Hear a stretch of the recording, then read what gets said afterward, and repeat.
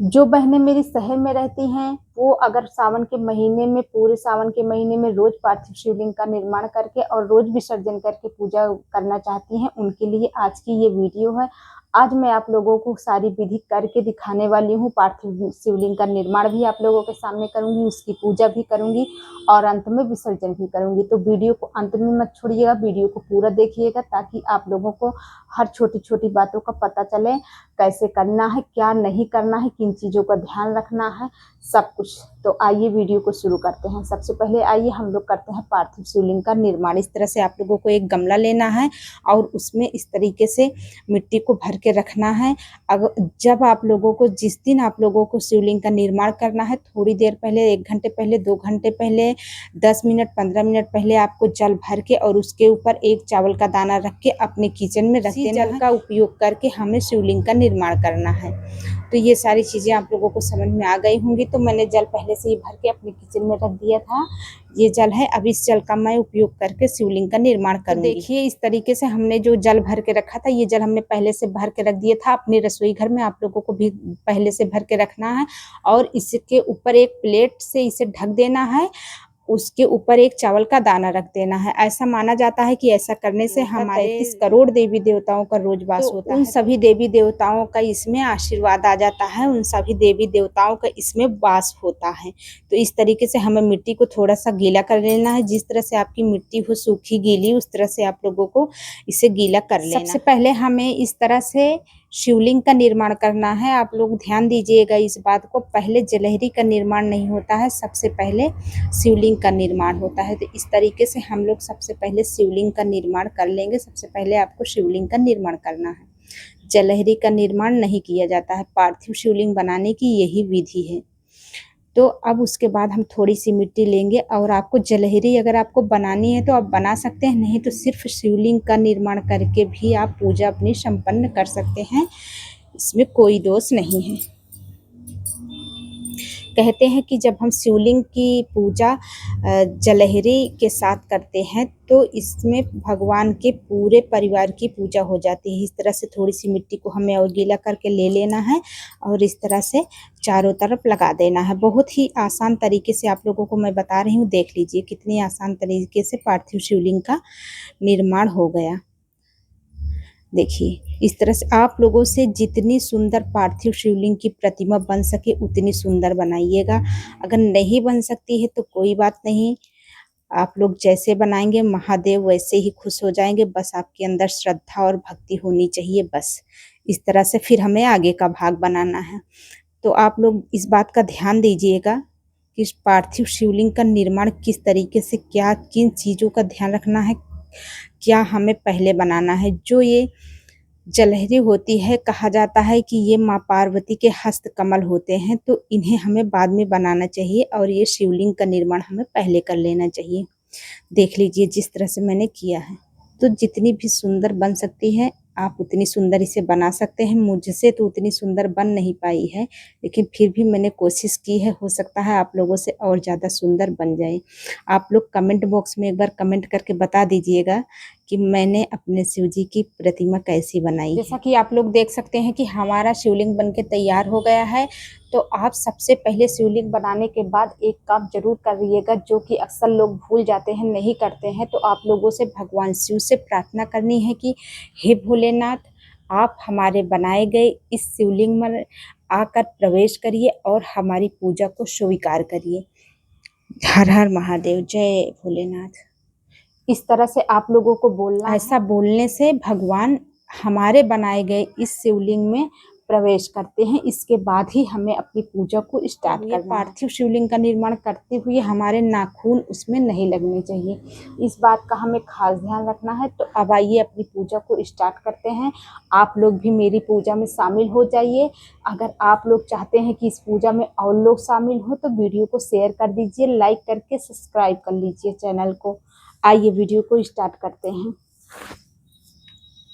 सबसे पहले हम शुद्ध जल से स्नान कराएंगे भगवान शिव को। आप लोग वीडियो को देखते रहिए। इस तरह से आप लोग स्नान कराते हुए आप लोगों को मन ही मन ओम नमः शिवाय का जाप करते रहना है। ओम नमः शिवाय का इस तरीके से आप लोगों को जाप करते रहना है। मैं वीडियो बना रही हूँ इसलिए आप लोगों को दिखाना भी है तो नहीं कर पा रही हूँ, लेकिन आप लोगों को ऐसा करते रहना है। फिर आप लोग इस दूध से अभिषेक कराइए। देखिए इस तरीके से आप लोगों को दूध से अभिषेक कराना है। दूध से अभिषेक आप लोगों का हो जाए तो फिर इसके बाद शहद से अभिषेक कराना आप लोगों को इसके बाद शहद से अभिषेक कराना है। शहद से अभिषेक जब हमारा हो जाए, दूध से अभिषेक हो गया, शहद से अभिषेक हो गया, आप लोगों के पास और जो भी सामग्री है दही वगैरह उससे आप लोग अभिषेक करवा दीजिए। फिर आप लोगों को गंगा जल से अभिषेक करवाना है। गंगा जल से अभिषेक, ये देखिए ओम नमः शिवाय, ये सारी पूजा को करते समय, पूजा विधि करते समय ओम नमः शिवाय का जप निरंतर आप लोगों के मन में चलते रहना चाहिए। फिर इसके बाद हमें शुद्ध जल से स्नान एक बार करा देना है। इस तरह से हमें स्नान कराने के बाद अब हमें भगवान शिव को वस्त्र रूपी कलावा अर्पित करना है। ये देखिए ये वस्त्र रूपी हमने भगवान शिव को कलावा अर्पित कर दिया। इस तरीके से हमें भगवान शिव को चंदन अर्पित करना है। चंदन अर्पित करने के बाद अगर आप लोगों के पास भस्म उपलब्ध है तो आप लोग भस्म भी चढ़ा सकते हैं। छत में देख लीजिए इस तरह से साबुत दाने होने चाहिए, चावल के टूटे दाने नहीं होने चाहिए, क्योंकि हमारे शास्त्रों में ऐसा वर्णन है कि टूटा हुआ चावल का अक्षत भगवान को नहीं चढ़ाया जाता है। किसी भी देवी देवता को टूटे हुए चावल नहीं चढ़ाए जाते हैं। मैं हर वीडियो में अपनी बताती हूँ आप लोगों को। उसके बाद हमें काला तिल चढ़ा देना है। काला तिल इस तरीके से हमें अर्पित कर देना है भगवान को। इस तरीके से मैं बेलपत्री लेनी है 5, 3, 1 जो भी आपको आसानी से उपलब्ध हो जाए, इस तरीके से आपको बेलपत्री ले लेनी है। बेलपत्री चढ़ाते समय हमें 2 बातों का ध्यान रखना है। ये डंठल हमें निकाल देना है इस तरीके से। देखिए वाला जो भाग है, चिकना वाला भाग है, इसे भगवान शिव की तरफ होना चाहिए। डंठल वाला भाग हमें ऊपर की तरफ रखना है। और ध्यान रहे जब हमें भगवान शिव को बेलपत्र अर्पित करना है तो इसका मुख उत्तर दिशा की होना चाहिए, उत्तर दिशा की ओर होना चाहिए। और जो भगवान शिव की जलहरी है उसका मुख भी उत्तर दिशा की ओर ही होना चाहिए। भांग हो गई, भांग मैंने भगवान शिव को भांग अर्पित कर दिया। और इसके बाद अब धतूरे और मंदार का पुष्प है तो बहुत ही अच्छा है, क्योंकि भगवान को धतूरा और मंदार का पुष्प बहुत ही प्रिय माना जाता है। अगर आप लोगों के पास उपलब्ध नहीं है तो आप लोग जो भी पुष्प आप लोगों के पास उपलब्ध है उस आप ले सकते हैं। ये देखिए इसे कहते हैं मंदार का पुष्प।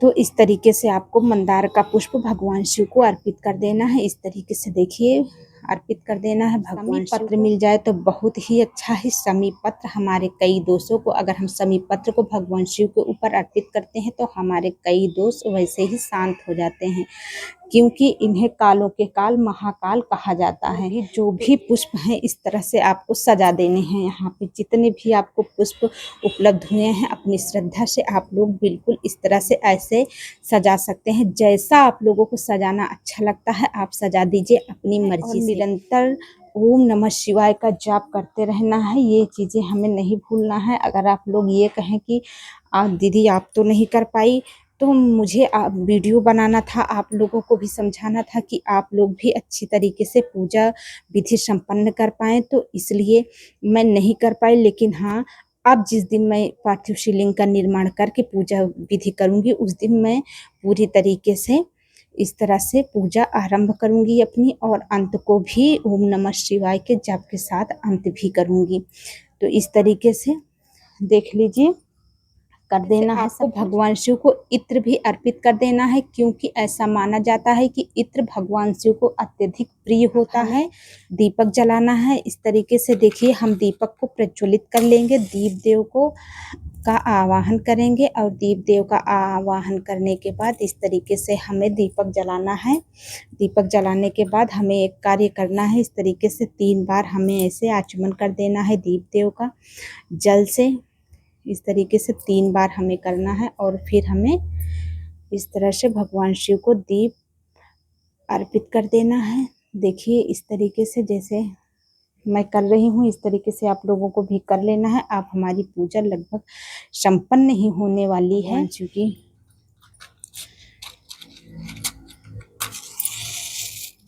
इस तरीके से हमें आरती कर लेनी है।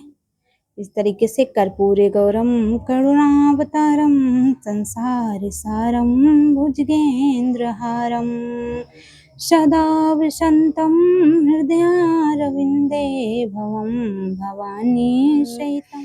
इस तरह से देखिए हमारी आरती जब संपन्न हो गई है तो हमें इस तरह से भगवान की तरफ ऐसे दीप को कर देना है। फिर अपने को भी हमें इस तरीके से कर लेना है 3 बार। और अगर बच्चे हैं घर में और कोई है पूजा में बैठा है, पूरे परिवार के साथ आप पूजा कर रही हैं, तो उन्हें भी आरती दिखा दें। अब अंत में हमें प्रसाद भगवान को अर्पित करना है। जो भी प्रसाद आपके पास हो, फल हो, कोई केला हो, मिश्री हो, कुछ भी हो, जो भी आपके पास श्रद्धा से उपलब्ध हो पाए उस चीज़ का आप लोगों को प्रसाद चढ़ा देना है। प्रसाद चढ़ाने के बाद हमें 3 बार इस तरह से जल से कर देना है, क्योंकि ऐसा माना जाता है कि जो भी प्रसाद में कोई अशुद्धता होती है इससे दूर हो जाती है, इसलिए इस तरह से करना है। फिर उसके बाद जब हमारी पूजा संपन्न हो जाए तो हमें भोलेनाथ के सामने इस तरीके से हाथ जोड़कर भगवान से प्रार्थना करनी। हे भोलेनाथ, आप हमारी पूजा में पधारे और हमारी पूजा को आपने स्वीकार किया। ऐसे ही आप अपनी कृपा हम पर बनाए रखिए, हमारे बच्चों, हमारे पति, हमारे परिवार पर अपनी कृपा दृष्टि ऐसे ही बनाए रखिए। फिर बाद में हमें इस तरह से भगवान शिव को प्रणाम करना है, माथा टेक के प्रणाम करना है, सर को भगवान के चरणों में झुकाकर प्रणाम करना है।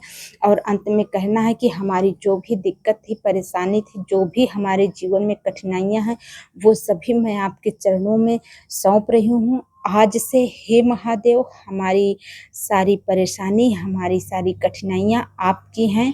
अब मुझे इससे कोई मतलब नहीं है, अब आप देखिएगा सब कुछ आपका है। इस तरीके से हमें प्रार्थना करनी है। प्रार्थना करने के बाद हमारी पूजा संपन्न होती है। अब आप लोगों को ये जानना है कि पार्थिव शिवलिंग का विसर्जन कैसे करें। तो इसके बाद हमारी पूजा संपन्न हो जाए, दीपक हमारा बुझ जाए, उसके बाद आप पार्थिव शिवलिंग का विसर्जन कर सकते हैं। थोड़ी देर बाद आप लोगों को विसर्जन करते समय किन बातों का ध्यान रखना है। विसर्जन अगर आपने अगर गमले में किया है तो ठीक है, जिस तरह से मैं दिखाने जा रही हूँ उस तरीके से विसर्जन कर दीजिए। लेकिन आपने अगर किसी थाली में किया है या फिर किसी अन्य पात्र में किया है तो उसकी विसर्जन विधि अलग होती है। वो मैंने आपको अपनी एक वीडियो में बताया है, तो आप लोग उस वीडियो को जरूर जाके देख लीजिएगा। लिंक में डिस्क्रिप्शन में दे दूंगी, तो आप लोग उस वीडियो को जाकर चेकआउट जरूर कर लीजिएगा। तो आइए देख लेते हैं विसर्जन विधि। जो भी प्रसाद है ये आप अपने परिवार के साथ ग्रहण कर सकती हैं। अपने परिवार में अपने बच्चों को, बुजुर्गों को, अगर किसी की तबीयत ठीक नहीं है, खराब है, तो आप ये उन्हें दे सकती हैं प्रसाद के रूप में। आप देखिएगा इस तरह से आप पूरी श्रद्धा और सच्चे मन से अगर आपने भगवान शिव की प्रार्थना की है, पूजा की है, तो जरूर उनको लाभ मिलेगा। तो ये आपको ऐसे हटा के साइड में रख लेना है। अब हमें विसर्जन प्रक्रिया किस प्रकार से करनी है आइए देखते हैं। इस प्रकार से आपको लोटे में जल लेना है, और जल इतना पर्याप्त होना चाहिए कि भगवान शिव का विसर्जन करने के लिए पर्याप्त हो।